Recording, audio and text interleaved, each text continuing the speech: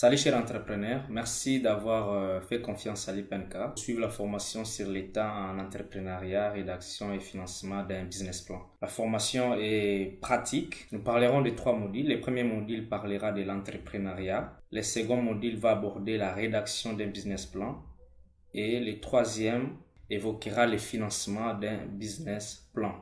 Au terme de notre formation, vous devrez être en mesure de rédiger votre projet comme celui-ci dans n'importe quelle thématique. Donc ça, c'est un projet rédigé et vous aussi vous devrez être en mesure de rédiger au format Word. Bien sûr, vous allez pouvoir être en mesure de le rédiger au terme de la formation. Mais non seulement vous allez le faire au format Word, vous devrez aussi faire sa présentation PowerPoint. Le même projet que vous avez fait en Word, il y a des éléments clés à présenter dans PowerPoint. C'est le cas de ce projet ici, que vous serez appelé à présenter devant un partenaire financier, une banque, des investisseurs.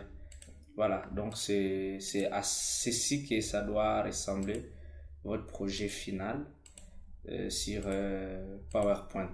Bien entendu avec vos informations. Alors, nous allons commencer par le premier module sur l'entrepreneuriat, avec des chapitres, les fondamentaux et puis l'idée du projet. Dans les fondamentaux, nous parlerons de l'entrepreneuriat, les outils indispensables, le parcours épineux, les mentales d'acier, l'autodiagnostic, les business models, la création juridique d'une entreprise et la fiscalité. Se lancer en affaires, c'est pour la majorité d'entre nous l'aventure d'une vie. On devra y investir la presque totalité de nos ressources et prendre des risques importants. Il y a lieu de comprendre ça déjà au départ. Malgré cela, 80% des nouvelles entreprises ne survivront pas à leur 5e anniversaire. Pourquoi? Ces statistiques désastreuses, dans la plupart des cas, il s'agit d'une mauvaise planification à l'origine. Donc, il est important de considérer que la planification est la clé du succès. L'action, elle est importante, mais lorsqu'elle est planifiée, vous pouvez agir avec efficacité, mais aussi vous pouvez bien gérer les événements dans le temps. Avant d'aller loin, commençons par identifier quelques ennemis de l'entrepreneuriat. Nous les avons identifiés 4. Il y a la peur. Est-ce que ça va marcher? Et si? C'est des questions qu'on peut se poser. Il y a la paresse, donc l'inactivité, l'oisiveté. Il y a la distraction, c'est-à-dire passer à côté de l'essentiel par la mauvaise gestion du temps. Et enfin, l'abandon. Considérer que le futur est sombre. Vaut mieux arrêter en lieu et place de changer de stratégie. Ce sont là quelques stratégies. Bien sûr, la liste n'est pas exhaustive. Mais ce sont ces 4 ennemis que nous avons pu identifier dans le cadre de l'entrepreneuriat. Alors, quel est cet ennemi de l'entrepreneuriat qui peut bien vous caractériser?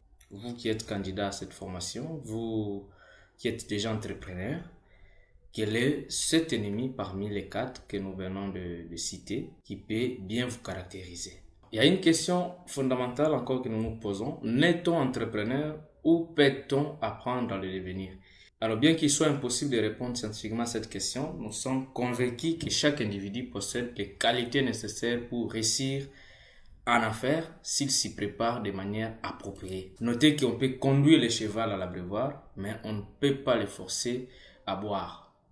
Dans ce contexte, ça signifie que la formation peut renforcer vos capacités, vous encourager, vous motiver, vous faire découvrir certaines opportunités, mais pour agir efficacement, cela doit venir d'une décision motivée, réellement intérieure et personnelle. Ai-je les moyens pour entreprendre? Généralement, quand on parle des moyens, la majorité des personnes pensent uniquement à l'argent, aux espèces en main. Si on attend l'argent pour faire un investissement, vous pouvez bien attendre longtemps car il n'y a jamais d'argent.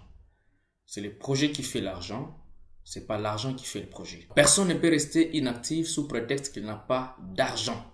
Voici quelques ressources potentielles à exploiter pour entreprendre. Nous avons le capital social. Es-tu bien entouré? As-tu un bon entourage? Ton entourage te sert à quoi?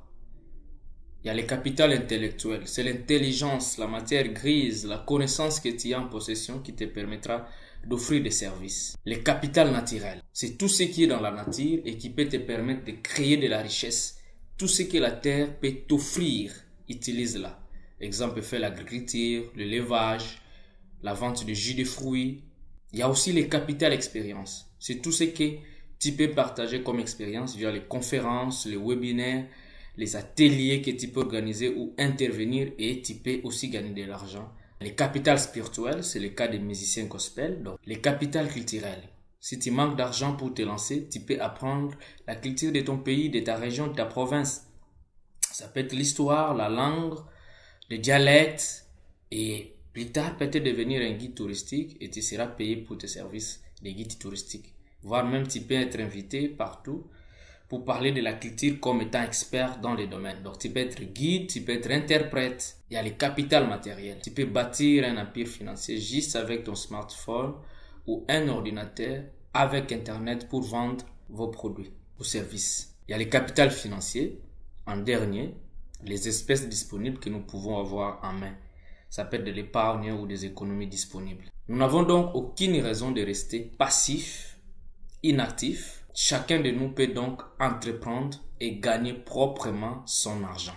Alors, c'est quoi l'entrepreneuriat? Tout d'abord, le terme entrepreneuriat vient du verbe entreprendre, qui signifie c'est décider à faire une chose et s'engager dans son exécution, et du substantif entreprise, qui est une unité économique de production à but commercial des biens et services.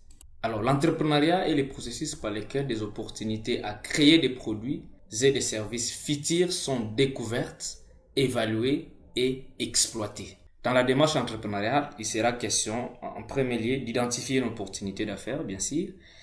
Après avoir identifié cette opportunité, déterminer les ressources nécessaires à son exploitation et après acquérir ces ressources et enfin exploiter l'opportunité en déployant les ressources que vous avez pu acquérir. Bon à savoir, dans le parcours entrepreneurial, l'excès de prudence amène la peur. La peur inhibe le courage, l'audace et la créativité qui sont des réflexes importants pour agir efficacement mais qui s'étouffent par une mauvaise interprétation des conseils des sages. Un conseil ne signifie pas un interdit ou une obligation, mais plutôt un élément à prendre en compte. À toi seul donc d'apprécier et d'agir en toute responsabilité. Voilà, nous sommes à la fin de notre première séquence de la formation. Nous vous encourageons de poursuivre à la prochaine séquence pour la suite.